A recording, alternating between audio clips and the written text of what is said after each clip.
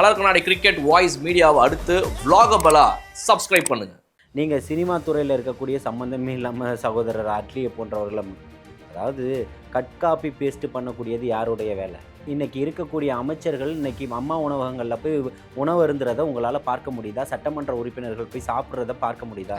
திமுக ஆட்சியில் அதே சிவசங்கர் சொல்லட்டும், நான் போய் இத்தனை இடத்துல சாப்பிட்டேன், சிவசங்கர் எத்தனை முறை அரசு பஸ்ஸில் பயணம் பண்ணியிருப்பாருன்னு சொல்லுவாரா? அப்போ அவருக்கு என்ன தகுதி இருக்குன்னு கேட்குறேன். சொல்கிற மாற்றம் தான், அதில் மாற்று கருத்தே இல்லை. இன்றைக்கி இருக்கக்கூடிய பயணிகள் எப்படி பயணிக்கிறாங்கன்றதை பாருங்கள். இன்றைக்கி இருக்கக்கூடிய கடன்கள் எப்படி அடைக்க போகிறோன்றதை பாருங்கள். கடன் அடைக்க போகிறோன்றதை விட கடனை வாங்காமல் ஆட்சி நடத்துறதுக்கு என்ன வழிகள் இருக்குது, முறைகள் இருக்குன்றதை பாருங்கள். கொள்ளையடித்தவர்களே நீங்கள் மீண்டும் மக்கள் அனுமதிக்கல, அதான் மாற்றம். உங்களுக்கு போதும்னு நினச்சிருக்கிறாங்க. இவ்வளோ குவாரிகள் மூடப்பட்டிருக்குது, அதான் மாற்றம். அரசு கஜானாக்கு இப்போ ஒரு 1500 கோடி ரூபாய் மதுபான இதிலிருந்து வருது, அதுதான் மாற்றம். அப்பா என்ன டயலாக் பேசுகிறாரோ அதில் ஒரு துளி கூட மாறாமல் அப்படியே பையன் பேசுகிறாரு. இதெல்லாம் உங்களுக்கு இப்போ எழுதி கொடுத்துக்கிட்டு இருக்கிறாரு யார்? அவருக்கு எழுதி கொடுத்தவர் இதை தான் உங்களுக்கு எழுதி கொடுத்துருக்கிறாரா? அப்போ பேப்பரை மாற்றி கொண்டு வந்துட்டிங்களா? அன்னைக்கு கேட்டிங்கல்ல, இன்றைக்கி உங்களுக்கு யார் எழுதி கொடுக்குறா? அவரை கரெக்டாக செக் பண்ணி கொடுக்க சொல்லுங்கன்னு சொல்லுங்கள்.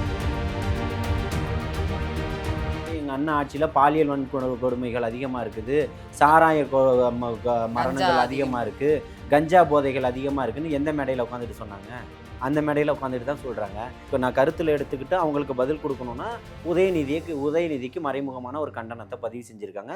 எங்கே பார்த்தாலும் பாலியல் வன்கொடுமை, போதை கலாச்சாரம் இருக்கு, இதை தவிர வேற என்ன சொல்ல முடியும்? வேற ஒன்றும் சொல்ல முடியாது இந்த ஆட்சியின் மேல. சொன்ன மாதிரி அண்ணா 6 சிலிண்டர் கொடுப்பாரு. இருக்கக்கூடியவர்களுக்கு 2500 ரூபாய், 60 வயதுக்கு மேற்பட்டவர்களுக்கு 3000 ரூபாயும் நிச்சயமாக கொடுப்பாரு. அனைத்து பேருந்துகள்லையுமே மகளிர் இலவசமாக பயணம் செய்யலாம்ன்ற திட்டம் அமுல்படுத்தப்படும். தங்க மோதிரம் போடக்கூடிய திட்டமாக இருக்கட்டும், தாய்மாமன் சீர் திட்டமாக இருக்கட்டும், தாலிக்கு தங்கம் திட்டமாக இருக்கட்டும், அத்தனையுமே நிச்சயமாக செயல்படுத்தணும்.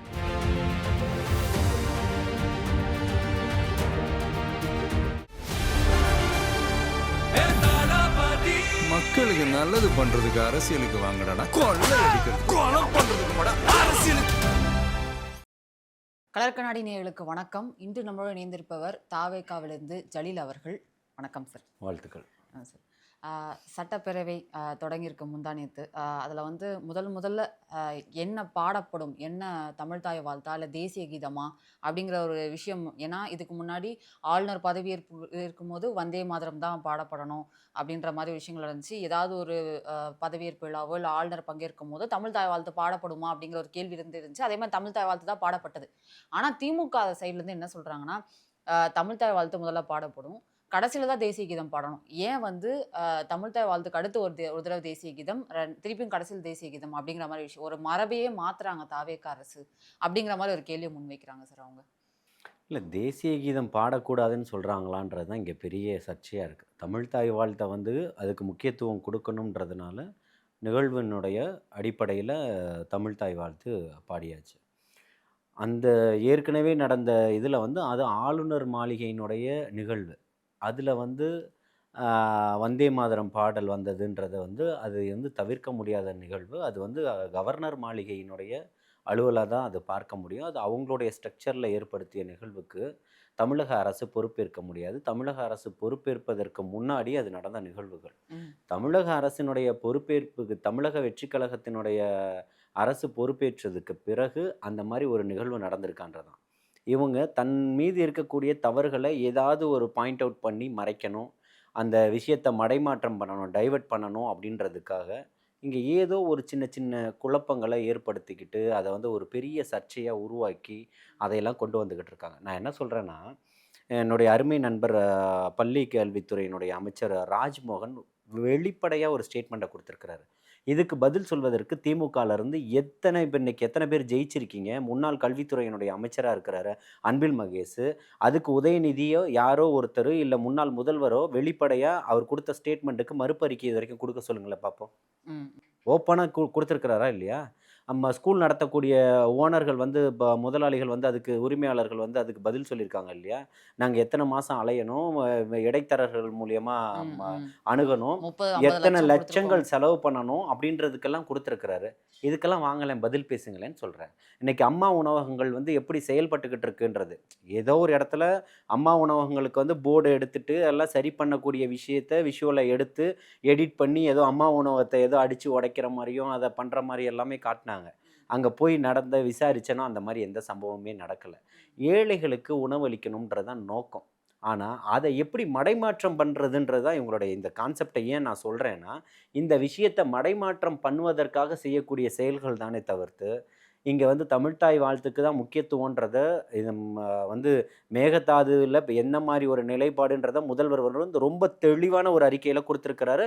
எல்லா கட்சிகளும் வரவேற்றிருக்கு இல்லையா? ம், ம். அப்போது அதை பேச முடியாது இவங்களால. இருக்கக்கூடிய வெளிப்படைத்தன்மையால் இப்போ என்னுடைய நண்பர் டி.கே. பிரபு வந்து கனிம வளத்துறையினுடைய அமைச்சர் போகக்கூடிய இடங்கள்லாம் இன்னைக்கு எத்தனை 65, 67க்கும் மேற்பட்ட குவாரிகளுக்கு சீல் வச்சிருக்கிறாரு. ம், ம். அதை பேசுங்களேன். அந்த கனிம வளங்கள் எங்கே கொள்ளை போச்சுன்றதை பேசுங்களேன். செந்தில் பாலாஜி மீது இருக்கக்கூடிய பிரச்சனை பேசுவோம். கே.என். நேரு மேலே இருக்கக்கூடிய பிரச்சனைகளை பற்றி பேசுவோம். பி.கே. சேகர் பாபு மேலே இருக்கக்கூடிய பிரச்சனைகளை பற்றி பேசுவோம்னா பேச மாட்டாங்க. ராம்சார் நிலத்துக்கு வந்து இன்னைக்கு கட்டுமான பணி கேன்சல் பண்ணிருக்காங்க. ஆமாம், எல்லாத்தையுமே கேன்சல் பண்ணியிருக்காங்க. அப்போது கடந்த கால ஆட்சிகளில் இது வந்து விதிமீறல்கள் நடந்திருக்குன்றத எடுத்துக்காட்டுதா இல்லையா? தமிழக அரசு வந்து ஒருதலைபட்சமாக செயல்படுதுன்னா கோடிடுங்க. அதை நான் மறுக்கிறதுக்கு, நிராகரிக்கிறதுக்கு, மறுக்கிறதுக்கு எனக்கான உரிமை இருக்குது. கருத்து சுதந்திரம் இருக்குது. பார்த்துக்கிட்டு இருக்கக்கூடிய மக்கள் இருக்காங்க. அதுக்கு கமெண்ட்ஸில் வந்து பதில்கள் வரும். அதுக்கு விவாதங்கள் நடக்குது இன்னைக்கு. அப்படிப்பட்டது இன்னைக்கு எல்லாத்துக்குமே வெளிப்படைத்தன்மையாக, இந்த வெளிப்படைத்தன்மைன்றது ஒன்று இருக்குது. ம். அதை எல்லாத்தையுமே இன்னைக்கு எடுத்து சொல்கிறத, ஒரு நடக்கக்கூடிய நிகழ்வுகளை வந்து பிரித்து அதுக்கு எல்லாத்தையுமே மடைமாற்றம் செய்யக்கூடிய வேலைகளை பதில் சொல்லக்கூடியது ஏற்புடையது தான் நிச்சயமாக இருக்காது. புரியுதுங்களா? Okay sir. இப்போ வந்து அவர்களுக்கு பேசுவதற்கான ஒரு சப்ஜெக்ட் இல்லை. அப்போ வந்து இருக்கக்கூடிய ஆளுமையை வந்து குறை சொல்லணும். இது மட்டும்தான் அவங்களுடைய நோக்கமாக இருக்குது. நிச்சயமாக அவங்க வாழ்த்த போகிறது கிடையாதுன்னு வச்சுக்கோங்களேன். அவங்களுடைய வாழ்த்துக்கள் வந்து தேவையில்லை. இது மிகப்பெரிய ஒரு மக்கள் எழுச்சியான நடந்த மிகப்பெரிய ஒரு மாற்றம். அந்த மாற்றத்தில் தான் இன்றைக்கி ஒரு அரசு நடந்துக்கிட்டு இருக்குது. மக்களுக்கான அரசாக தான் அது செயல்பட்டுக்கிட்டு இருக்கு. நாளொரு தோறும் என்னென்ன பண்ணலாம், என்ன திட்டங்கள் செயல்படுத்தலாம், அதில் என்னென்ன இருக்குன்றத ப்ராக்டிக்கலாக கொண்டு வராங்க. ம், ம். இவங்க எடுத்த மாதிரி உடனே மகளிர் விடியல் பயணம் எல்லாத்துக்கும் கையெழுத்து போட்டுறது, உடனே அதுக்கு கையெழுத்து போட்டுறது, அந்த மாதிரி இல்லை. அதுக்கான ஸ்ட்ரக்சர்களை கொண்டு வராங்க. இப்போ மதுபான ஊழல்ல எவ்வளவு நடந்தது, அதில் இப்போ போகக்கூடிய கிட்டத்தட்ட 1500 கோடி ரூபாய் இன்னைக்கு அரசு கஜானாவுக்கு மாற்றிருக்கிறாங்க. வருது. எது முதல்வருடைய கஜானாக்கோ, இல்லை கூட இருக்கிறவர்களுக்கோ, எங்கள் அண்ணன் பொதுச் செயலாளர் ஆனந்த் அண்ணனுக்கோ அந்த பணத்தை மாற்றலை இல்லையா? இல்லை அது இப்போ துறையினுடைய அமைச்சர் தம்பி விக்னேஷனுடைய துறைக்கோ அதை மாற்றிக்கலை இல்லைங்களா? அப்போ ரொம்ப தெளிவான ஒரு கட்டமைப்பில் தான் அரசை நடத்தணுன்றதை முடிவு பண்ணிட்டாங்க. அப்போ இங்கே எந்த ஊழலும் கிடையாதுன்னு வெளிப்படைத்தன்மையாக நண்பர் ராஜ்மோகன் குறிப்பிடுறாரு. அமைச்சர், கல்வித்துறையினுடைய அமைச்சராக இருக்கிறாரு, குறிப்பிடுறாரு. அதுக்கெல்லாம் பதில் சொல்லுங்கன்னு சொல்கிறேன். இதுக்கு வரும் இன்னும் 2 சட்டமன்ற நாள் இருக்கு. மேபி அதில் பதில் சொல்லுவாங்க அப்படின்றத எதிர்பார்க்கலாம் சார். இன்னொரு விஷயம், சிவசங்கர் அவர் பேசும்போது சொன்னார், அவங்க வந்து முன்னாடி நாள் ஆளுநர் உரை பேசும்போது வெளியில் வந்து உதயநிதி ஸ்டாலின் அவரும் சொல்லியிருந்தார். இதை போன அரசு என்னென்ன திட்டங்கள் கொண்டு வந்ததோ அதை தான் கட் காப்பி பேஸ்ட் போட்டு இந்த அரசும் பண்ணிக்கிட்டு இருக்கு அப்படின்ற ஒரு விஷயம் சொன்னாங்க. புதுசாக இவங்க எதுவுமே கொண்டு வரல. அம்மா உணவகமாக இருக்கட்டும், அது முந்தைய அரசு கொண்டு வந்தது. மகளிர் உரிமை தொகை 1000 ரூபாய் வருது. மகளிர் விடியல் பயணம் இது 1000 ரூபாய் வருது. நீங்கள் நிறைய சேஞ்சஸ் சொன்னீங்க. பட் ஆனால் இதை தான் இவங்க கொண்டு வந்திருக்காங்க. புதுசாக என்ன கொண்டு வந்தாங்க, எதுவுமே கொண்டு வரலையே அப்படிங்கிற விமர்சனமும் வைக்கிறாங்க. அதில் வந்து டைரக்டர் அட்லியெல்லாம் உள்ளெழுத்து நேற்று சிவசங்கர் வந்து பேசினாரு. அது தேவையில்லாத பேச்சு. அவர் சில்லியான கொஸ்டினாக கேட்குறாங்க. 75 வருட கட்சி அப்படின்னு சொல்கிறாங்க திமுக. ஆனால் அவங்க கேட்கறதுலாம் பேசுறதுலாம் சில்லியாக இருக்குது அப்படின்னு ஒரு டைம் பார்க்கலாம். பட் ஆனால் அந்த திட்டங்கள் பற்றி சொல்லுங்கள் சார். அவங்க இல்லை, இப்போ வந்து சிவசங்கர் வந்து எப்படி வந்து 5 ஆண்டுகள் வந்து அமைச்சராக இருந்தாருன்றது ரொம்ப கேள்விக்குறியாக இருக்குது. கேலிக்கூத்தாகவும் பார்க்கப்படுது இன்றைக்கி உள்ள காலகட்டத்தில். அரசியல் சார்ந்த கருத்துக்களாக முன்வைக்கணும். கருத்துக்களுக்கு கருத்துக்களால் பதில் சொல்லணும், எதிர்கொள்ளணும். அதுதான் வந்து பொது நாகரிகமாக இருக்கணும்னு நான் கருதுகிறேன். புரியுதுங்களா? நீங்கள் சினிமா துறையில் இருக்கக்கூடிய சம்மந்தமே இல்லாமல் சகோதரர் அட்லியை போன்றவர்களை அதாவது கட் காப்பி பேஸ்ட் பண்ணக்கூடியது யாருடைய வேலை? தமிழக வெற்றி கழகத்தினுடைய வேலை இல்லை. நடக்கக்கூடிய திட்டங்களை நிறுத்தாமல் இன்றைக்கி இருக்கக்கூடிய அமைச்சர்கள் இன்றைக்கி அம்மா உணவகங்களில் போய் உணவு அருந்துறதை உங்களால் பார்க்க முடியுதா? சட்டமன்ற உறுப்பினர்கள் போய் சாப்பிட்றத பார்க்க முடியுதா? திமுக ஆட்சியில் அதே சிவசங்கர் சொல்லட்டும், நான் போய் இத்தனை இடத்துல சாப்பிட்டேன், இந்தந்த இடத்துல இதெல்லாம் பார்த்தேன்றதை சொல்லட்டும். சிவசங்கர் எத்தனை முறை அரசு பஸ்ஸில் பயணம் பண்ணியிருப்பாருன்னு சொல்லுவாரா? அப்போ அவருக்கு என்ன தகுதி இருக்குன்னு கேட்குறேன். அதையெல்லாம் பேசுகிறதுக்கு சிவசங்கருக்கு எந்த அடிப்படை தகுதியுமே கிடையாதுன்னு சொல்கிறேன். அவருடைய துறை என்ன கடந்த காலங்களில்? போக்குவரத்து துறையில அதை தான் சொல்கிறேன். உங்களுடைய போக்குவரத்து இன்னைக்கு எங்களுடைய போக்குவரத்து துறை அண்ணன் பார்த்திபன் அவர்கள் இன்னைக்கு களத்தில் இன்னைக்கு போய் இறங்குறாரு, இருக்கக்கூடியதை போய் பார்க்குறாரு, பேசுகிறாரு, நடைமுறைக்கு பதிவு செய்யப்பட்டவர்களுக்கு கிட்ட கூட ஒரு பர்மிஷனை வாங்கிக்கிட்டு உங்களுக்கு அடுத்த நான் பஸ்ஸை அரேஞ்ச் பண்ணுறேன்னு சொல்லிட்டு, ஆனால் அந்த நேரத்தில் பயணிக்கக்கூடியவர்களுக்கு பயணம் தட்டுப்பற்றக்கூடாது அப்படின்றதுக்காக இருக்கக்கூடியதை மாற்றம் செஞ்சு பயணிகளை அனுப்புகிறாரு. இந்த 10 நாளையில் அரசு வந்து பஸ்ஸை வாங்கி குவிச்சிருச்சா? பஸ்ஸை நிறுத்திருச்சா? அந்த பஸ்ஸு நல்லா இருந்தாலும் அதனுடைய பெருமை உங்களுக்கு தான். அது பஸ்ஸு வந்து பழுதுபட்டு ஓரமாக நின்னாலும் அதனுடைய பெருமை உங்களுக்கு தான் இல்லையா? அப்போ இன்றைக்கி என்ன நடந்துக்கிட்டு இருக்க கூத்து? ஏன் பஸ்ஸை கொண்டு வர முடியல? ஓட்டு போடுவதற்காக எத்தனை லட்சம் பேர் கிளாம்பாக்கம் பேருந்து நிலையத்திலையும் தமிழ்நாடு முழுக்க தவிச்சாங்கன்றது இன்றைக்கி வரலாறுகள். நான் சொல்லலை. உங்களை மாதிரி செய்தியாளர்கள் ஊடகங்களில் எடுத்து போட்ட செய்திகளை தான் பார்க்க முடிஞ்சிச்சு. அதுக்கு பதில் சொல்லுவாரா சிவசங்கர்? அன்னைக்கு நடந்த கேள்விகளுக்கு நீதிமன்றம் கேள்வி கேட்டிருக்கேன், போய் நின்று பதில் சொல்லட்டும். வாய்தா வாங்காமல் போட்டோம். நல்ல ஒரு அரசியல்வாதியாக இருந்தால் திறன்பட செய்ய கடந்த ஆட்சி காலங்களில் செஞ்ச ஒருத்தராக இருந்தால் போய் சொல்லட்டும். ஏன் நஷ்டத்திலேயே துறை இயங்கிச்சுன்றதுக்கு பதில் சொல்லுவாரா சிவசங்கர்? இருக்கக்கூடிய அத்தனை பேருந்துகள்லையும் பேருந்து நிலையங்களையும் கொண்டு போய் அடமானம் வச்சது எந்த அரசு? 10 லட்சம் கோடி கடன்னு சொல்லிக்கிட்டு இருந்தோம். இப்போ எங்கேருந்து வந்துச்சு இன்னும் ஒரு 3.5 லட்சம் கோடி கடன்? அப்போ இருக்கக்கூடிய அரசு துறைகளும் துறை சார்ந்த நிலங்களும் அடமானம் வைக்கப்பட்டிருக்குது. இதை சொல்கிறதுக்கு உங்களுக்கு என்ன பெருமை இருக்குன்னு கேட்குறேன். ஆஸ்டின் அவர்கள் திமுகல இருந்து அவர் ஒரு கேள்வி எழுப்புறாரு. பெண்கள் பாலியல் வன்கொடுமை நிறைய நடக்குது, சட்ட ஒழுங்கு பிரச்சனை நிறைய இருக்கு, விளாத்திக்குளம்ல இப்படி ஒரு இஷ்யூ நடந்துச்சு, இப்போ நடந்துகிட்டு இருக்கு நிறைய. இதை பத்தி ஏன் முதலமைச்சர் வாய் திறக்க மாட்டாரா அப்படிங்கிற ஒரு கேள்வி. இது ஃபோட்டேஜா வரல, நமக்கு ஒரு செய்தியா வந்தது. அதுக்கு ஆதவர்ஜுனா அவர்கள் எழுந்து பதில் சொல்லும்போது, எங்க முதலமைச்சர் எங்க எப்படி எங்கு பேசணுன்றதெல்லாம் அவருக்கு தெரியும். எங்க முதலமைச்சர் வந்து கொளத்தூர்ல வந்து பேசுனதுனால தான் எந்த தேர்தல் முடிவு வந்திருக்கு கொளத்தூர்லன்னு உங்களுக்கு தெரியுன்ற மாதிரி ஒரு பதிலடி கொடுத்திருக்காரு. நம்ம வந்து பெண்கள் பாலியல் வன்கொடுமையை பத்தி பேசும்போது, அந்த சட்ட ஒழுங்கு பிரச்சனையை பேசும்போது கொளத்தூர் இழுக்க வேண்டிய காரணம் என்ன அப்படிங்கிற ஒரு விஷயத்தையும் கேட்குறாங்க சார் பப்ளிக். இல்லை அதாவது ஒரே ஒரு விஷயத்த முதல்ல புரிஞ்சுக்கணும். பெண்களுக்கான பாதுகாப்பில் எந்த இடத்துலையுமே காம்ப்ரமைஸ் பண்ணிக்கல தமிழக வெற்றி கழகத்தினுடைய அரசு. இப்போவும் சொல்கிறேன், 30 நாட்களை தான் கடந்திருக்கு, 40 நாட்கள் கூட இன்னும் ஆகலை. அப்பேற்பட்ட ஒரு அரசு அந்த 30 நாட்களில் சார்ஜ் எடுத்து இப்போ நாங்கள் ஒரு அரசை நடத்துறதுன்றது எவ்வளவு பெரிய விஷயன்றது உங்களுக்கு தெரியும், புரியுதுங்களா? இங்கே வந்திருக்கக்கூடியவர்கள் தேர்ந்தெடுக்கப்பட்டவர்கள் முன்னாள் அமைச்சர்களோ முன்னாள் சட்டமன்ற உறுப்பினர்களோ கிடையாது, எல்லாமே புதியவர்கள் தான். ஸோ அதை எல்லாத்தையுமே அவங்க அனலைஸ் பண்ணி கொண்டு போகிறதுக்கான ஒரு காலம் தேவைப்படுன்றது மக்கள் அத்தனை பேருக்குமே தெரியும். உங்களை போல் பொட்டியாக லட்சமாக பல கோடிகளை சம்பாதிச்சு எப்படி பதுக்கிறது, எந்த நாட்டில் கொண்டு போய் சேர்க்குறதுன்னு தெரிஞ்சவர்கள் இல்லை இவங்க. எந்த துறைகளில் எப்படியெல்லாம் போகலாம்ன்றது தெரிஞ்சவர்கள் இல்லை இவங்க. அப்போது ரொம்ப வெளிப்படையாக சாதாரண எளிமையான வீட்டு உள்ள பிள்ளைகளை தான் இன்றைக்கி வந்து நிறுத்தி எம்எல்ஏவாக இன்றைக்கி உருவாக்கி இருக்கிறாங்க, அமைச்சர்களாக உருவாக்கி வந்திருக்கிறாங்க இல்லையா? அப்போது நீங்கள் இன்றைக்கி சொல்லக்கூடியது பெண்களுக்கு பாதுகாப்பு இல்லைன்னா ஏன் நீங்கள் எல்லா இடத்துக்கும் போனீங்களா? அன்னைக்கு அனிதா வீட்டுக்கு நீட்டு மரணத்துக்கு போக முடிஞ்சிச்சுல்ல, இன்றைக்கி ஏன் உங்களால் போக முடியல? திமுக ஆட்சியில் நடந்த எல்லாத்துக்குமே போனீங்களா? எல்லா கஸ்டோடியல் டெத்துக்கும் போனீங்களா? எல்லார் வீட்டுக்கும் ஃபோன் பண்ணி சாரி கேட்டிங்களா? எல்லா பாலியல் வன்கொடுமை நடந்ததுக்கும் நீங்கள் குரல் கொடுத்தீங்களா? திமுக காலத்தில் அப்போ உங்களுக்கெல்லாம் அனபாண்டு போட்டு வாயை ஒட்டிட்டாங்களான்னு கேட்குறேன். எல்லாத்தையுமே பேசுங்க. அவர் ஆதவண்ணன் அவர் என்ன குறிப்பிடுறாருன்னா, பேசின பெரம்பூர் தொகுதியில் மக்கள் என்ன மாதிரி ஒரு நிலையை எடுத்தாங்க, நிலைப்பாட்டுக்கு வந்தாங்க, எவ்வளவு பெரிய ஒரு மாற்றம் வந்திருக்குன்றது தெரியும். அவர் பேசுவதற்கு முன்னாடி அதுக்கான அடிப்படை வேலைகளை பார்த்துக்கிட்டு இருக்கிறார் முதல்வர். இப்போவும் சொல்கிறேன், விக்கிரவாண்டி வி சாலையில் முதல் நாள் என்ன மேடையில் பேசினாரோ இன்றைக்கி அதே நிலைப்பாட்டில் தான் நிற்கிறாரு. அதில் எந்த விதமான மாற்று கருத்தும் இல்லை.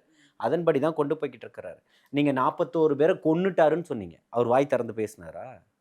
அதற்கான தீர்வை நோக்கி தான் பயணித்தார். உங்களுக்கு பதில் சொல்லிட்டு போகணுன்ற எந்த அவசியமும் இல்லை. உங்களை இன்னைக்கு துரத்த ஆரம்பிச்சிருச்சு. நீங்கள் எங்கெல்லாம் போய் மண்டிக்கிட்டீங்களோ அவங்கெல்லாம் இன்றைக்கி உங்களை துரத்த ஆரம்பிச்சிட்டாங்க. இன்றைக்கி பல ஊடகங்கள் செய்தி போட்டுக்கிட்டு இருக்கு செந்தில் பாலாஜியினுடைய நிலை என்னன்றது. இந்த பக்கம் இந்த திமுகன்னுகிட்டு இருந்தவர் இன்றைக்கி திமுகவுக்கு இருப்பாரா, தாமரையில் மலர்வாரான்றது தெரியாது. நான் சொல்கிறேன், ஊடகங்கள் பேசுது, உண்மையா இல்லையா? அப்போ இன்றைக்கி அந்த மாதிரி நிலை இருக்குது. இப்பவும் சொல்கிறேன், உங்களுடைய கட்சியை பாருங்கள், உங்களுடைய தோல்விக்கான காரணத்தை பாருங்கள், ஆட்சி முறைகளை நீங்கள் குறை சொல்வதற்கு முன்னாடி ஆட்சி எப்படி நடக்குதுன்னு பாருங்கள், ஆட்சி செய்யக்கூடியது யாருன்னு பாருங்கள், அதற்கான நேரத்தை கொடுங்க. அவர் செய்வதற்கெல்லாம் தயாராக இருக்கிறாரு. இது எல்லாத்துக்குமே மாற்றம் வேணும், அதற்கான நேரம் வேணும்ன்றத அவர் முதல் நாளே சொல்லிட்டார். எனக்கு கொஞ்சம் அவகாசம் கொடுங்க, எல்லாத்தையுமே நான் சரி செஞ்சு காட்டுறேன் அப்படின்னு சொல்லிட்டு. உங்களுக்கான எல்லாத்துக்குமான பயணங்கள் இருக்குது, எல்லாத்துக்குமே மாற்றணும். அதுக்கான ஸ்ட்ரக்சர்களை உருவாக்கிக்கிட்டு இருக்கிறாங்க. 30 நாளில் நீங்கள் இன்னும் பண்ணலையா? இதே உதயநிதி அவர்கள்ட்ட கடந்த காலங்களில் கேட்கும்போது, நாங்கள் ஆட்சிக்கு வந்து 150 நாள் தான் ஆகுது, அதுக்குள்ளேயே எல்லாத்தையும் மாற்றிட முடியுமான்னு கேட்டவர் தான் உதயநிதி. 30 நாளில் எல்லாம் மாற்றிட முடியுமா? அப்போ இந்த வாயை எங்கேருந்து வாடகைக்கு எடுத்துகிட்டு வந்தீங்க? சீமான்ட்ட இருந்து கொண்டு வந்துட்டீங்களான்னு கேட்குறேன். சீமான் தான் நினச்சி பேசுவார் அரசியல்வாதியில், இல்லையா? இப்போ ஒரு பேச்சு, சாயந்தரம் ஒரு பேச்சு, நைட்டு டிஃபனுக்கு ஒரு பேச்சு பேசுவார். அந்த மாதிரி ஏன் நீங்கள் மாறிட்டீங்க? உங்களுடைய கொள்கை கோட்பாடுகள் எங்கே போயிடுச்சுன்னு கேட்குறேன். அதே மாதிரி சட்டப்பேரவை வந்து லைவ்ல தான் சார் போயிட்டு இருந்துச்சு நேற்று. திடீர்னு பார்க்கும்போது அந்த விவாதங்கள் ஸ்டார்ட் ஆகும்போது லைவ் கட் ஆயிடுச்சு. வெளியில வந்து திமுக பேர்கிட்ட நிறைய பேர் கேட்குறாங்க, இது வந்து இருட்டடிப்பு நடந்துருச்சு அப்படிங்கிற ஒரு விமர்சனம் வைக்கிறாங்க. ஆனால் ராஜ்மோகன் சார் வந்து சொன்னார் வெளியில வந்து, இந்த மாதிரி டெக்னிக்கல் இஷ்யூ மண்டேலேருந்து கரெக்டாக ஆகிடும் அப்படின்ற மாதிரி சொன்னாங்க. செய்தியாளர் கேட்டாங்க சார் சிவசங்கர் சார்கிட்ட, சார் இந்த மாதிரி இருட்டடிப்பு ஏன் லைவ் கட் பண்ணாங்க அப்படின்ற மாதிரி கேட்கும்போது, அதுக்கு நான் நீங்கள் இந்த கடந்த ஆட்சியில் பண்ணது தானே சார் இப்போ பண்ணுறாங்க, அதையே நீங்கள் பெருசாக இது பண்ணுறீங்கன்னா, மாற்றம் நீங்கள் கொண்டு வந்தீங்கல்ல, அவங்க பண்றதை நீங்களே பார்த்துக்கோங்க அப்படிங்கிற மாதிரி ஒரு சர்க்காஸ்டிக்கான பதிலை கூட அவர் சொல்லியிருந்தாரு. இல்லை, மாற்றம் இப்பவும் சொல்கிற மாற்றம் தான், அதில் மாற்று கருத்தே இல்லை. இன்றைக்கி இருக்கக்கூடிய பயணிகள் எப்படி பயணிக்கிறாங்கன்றதை பாருங்கள். இன்றைக்கி இருக்கக்கூடிய கடன்கள் எப்படி அடைக்க போகிறோன்றதை பாருங்கள். கடன் அடைக்க போகிறோன்றதை விட கடனை வாங்காமல் ஆட்சி நடத்துறதுக்கு என்ன வழிகள் இருக்குது, முறைகள் இருக்குன்றதை பாருங்கள். புரியுதுங்களா? அதுதான் மாற்றம். சாதாரண எளியவர்கள் இன்றைக்கி உட்கார்ந்துருக்கிறாங்க, அதுதான் மாற்றம். இன்னைக்கு இப்போ இருக்கக்கூடிய பெரிய பெரிய ஜாம்பவான்கள் திமுகவில் தோற்று போனதுக்கு என்ன காரணம்னு நினைக்கிறீங்க? அதுதான் மாற்றம். கொள்ளையடித்தவர்களே நீங்கள் மீண்டும் மீண்டும் மக்கள் அனுமதிக்கல, அதான் மாற்றம். உங்களுக்கு போதும்னு நினச்சிருக்கிறாங்க. இவ்வளோ குவாரிகள் மூடப்பட்டிருக்குது, அதான் மாற்றம். அரசு கஜானாக்கு இப்போ ஒரு 1500 கோடி ரூபாய் மதுபான இதிலிருந்து வருது, அதுதான் மாற்றம் இல்லையா? அப்போ மாற்றம்னா இதெல்லாம் மாற்றம்னு இப்போது தெளிவான ஒரு இதை அமைச்சர் பதில் கொடுத்துருக்கிறாரு நண்பர் ராஜ்மோகன். திங்கக்கிழமையிலேருந்து இந்த மாதிரி டெக்னிக்கல் இஷ்யூஸ் வராமல் பார்த்துக்குறோம் அப்படின்றத ஒரு அஷூரன்ஸ் கொடுக்குறாரு. ஒரு வாய்ப்பை கொடுங்களேன். அதுக்கு முன்னாடி ஏன் கதறீங்க, பதறீங்க, அழுகுறீங்க, வாயிலையும் வயிற்றிலையும் அடிச்சுக்கிறீங்க, ஒப்பாரி வச்சுக்கிட்டு ஏன் உட்காந்துக்கிட்டு இருக்கிறீங்க? திமுக இந்த வந்து நடந்த இத்தனை நாட்களில், இந்த 1 மாதம் 40 நாட்களில் நீங்கள் ஒப்பாரி வைக்காத நாட்கள் எது ஒன்று சொல்லுங்கள். கூட்டணி கட்சியாக இருந்தாலும் உட்காந்து அழுதுகிட்டு இருக்கிறீங்க, தனித்தனியாக எங்கே போட்டாலும் அதை பற்றி பேசிக்கிட்டு இருக்கிறீங்க. அப்பா என்ன டயலாக் பேசுகிறாரோ அதில் ஒரு துளி கூட மாறாமல் அப்படியே பையன் பேசுகிறாரு. இதெல்லாம் உங்களுக்கு இப்போ எழுதி கொடுத்துக்கிட்டு இருக்கிறாரு யார்? அவருக்கு எழுதி கொடுத்தவர் இதை தான் உங்களுக்கு எழுதி கொடுத்துருக்கிறாரா? அப்போ பேப்பரை மாற்றி கொண்டு வந்துட்டிங்களா? அன்னைக்கு கேட்டிங்கல்ல, இன்னைக்கு உங்களுக்கு யார் எழுதி கொடுக்குறா? அவரை கரெக்டாக செக் பண்ணி கொடுக்க சொல்லுங்கன்னு சொல்கிறேன். அதே மாதிரி பிரேமலதா விஜயகாந்த் அவர்கள் சார், அவங்க வெளியில வரும்போது விவாதங்கள்லாம் நடந்துட்டு இருந்துச்சு. வெளியில வரும்போது அவங்க சொல்றாங்க, இது மக்கள் பிரச்சனைய பேசுற களமா தெரியல, இன்னைக்கு என்ன விவாதமோ அதை பேசாம ஒரு கட்சி துதிப்பாடல் மாதிரி இந்த சட்டசபை போயிட்டு இருக்குது. சட்டப்பேரவை அப்படிங்கிறது மக்கள் பிரச்சனையை பேசுறது, ஆனா அது ஒரு கட்சி துதிப்பாடல் மாதிரி வந்து போய்கிட்டு இருக்கு, இதை வன்மையா கண்டிக்கிறேன் அப்படிங்கிற மாதிரி விஷயத்த சொல்லியிருக்காங்க சார். அவங்க வந்து எந்த கட்சின்ற பெயரிடப்படல, பட் ஆனால் நம்ம வந்து நான் யோசிக்கிறேன், ஒருவேளை உதயநிதி எந்திரிச்சு ரொம்ப துதி பாடிக்கிட்டே இருந்தாரு, அது திமுகவை சொல்லியிருப்பாங்கன்னு நான் நினைக்கிறேன். அப்படியா சார்? வேற என்ன இப்போ நான் என்ன கேட்குறேன்னா, துதி பாடுவதற்கு இங்கே என்ன வேலை இருக்கு?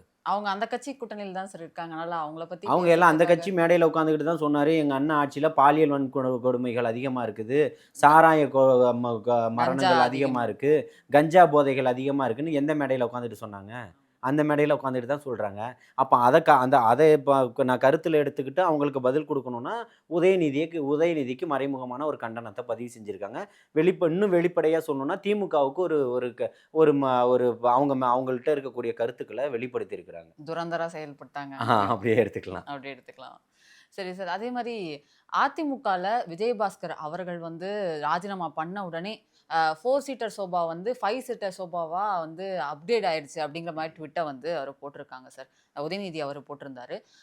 இது எப்படி பார்த்துக்கலாம்? ஏன்னா அதிமுகலேருந்து எம்எல்ஏக்கள் வந்து ராஜினாமா பண்ணிட்டு தாவேக்கா அக்செப்ட் பண்ணிக்கிறது கரெக்டுன்னு நீங்கள் நினைக்கிறீங்களா சார்? இல்லை, இப்பவும் சொல்கிறேன், தாவேக்கா வந்து அக்செப்ட் பண்ணிக்கிறது கரெக்டுனா அரசியலில் இருக்கிறாரு அண்ணன் மகேந்திரன் வந்திருக்கிறாரு, எவ்வளோ பெரிய அரசியல்வாதி, அதையும் பேசுவோம். புரியுதுங்களா? அந்த மாதிரி இருக்கக்கூடியவர்கள் இன்னைக்கு உள்ளே வந்துக்கிட்டு இருக்கிறாங்க. இன்னைக்கு இப்போ வந்து அதிமுகவில் ராஜினாமா பண்ணிட்டு தானே வராரு, இருக்கும்போது வரல இல்லை, ராஜினாமா பண்ணியிருக்கிறாரு, முறைப்படி அது அவருக்கான உரிமை இருக்குது, பண்ணுறாரு, வராரு. அப்படிதான் இதை பார்க்கணும்.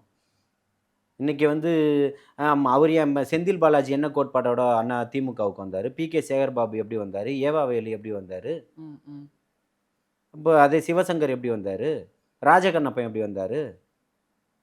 அப்போ வந்து இப்போ உங்களுக்கு வந்தா ரத்தம், மற்றவங்களுக்கு வந்தா தக்காளி சட்னியான்னு கேட்குறேன். அது அவர்களுடைய நிலைப்பாடு, அது அரசியல் நிலைப்பாடு. ஏற்றுக்கொள்வது மக்கள்கிட்ட இருக்கு. ம், ம். அப்படி தான் பார்க்கணுன்றேன். Okay sir. வெள்ளை அறிக்கை வெளிவந்தது. நாம நெறைய பார்த்தோம். அதில இருக்கிற மணீஸோட இதெல்லாம் பார்க்கும்போது அது ₹1, ₹2, தௌசண்ட்ஸ் அந்த மாரிலாம் இல்ல. எல்லாமே அந்த லட்சங்கள், கோடிகள் அந்த மாரி தான் பேசப்படுது.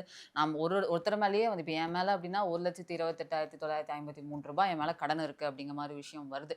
இப்போ தமிழக நிதிநிலை இப்படி இருக்கும்போது, அ த தமிழக வெற்றிக் கழகம் அவங்க வாக்குறுதிகளா குடுத்தாங்க இல்லையா சார்? ₹2,500 இருக்கட்டும், இல்ல அனைத்து பேருந்துகளையும் மகளிருக்கு வந்து ஃப்ரீ இருக்கட்டும். இந்த மாரி விஷயங்கள வந்து இப்போ பண்ண சாத்தியம் இருக்கா?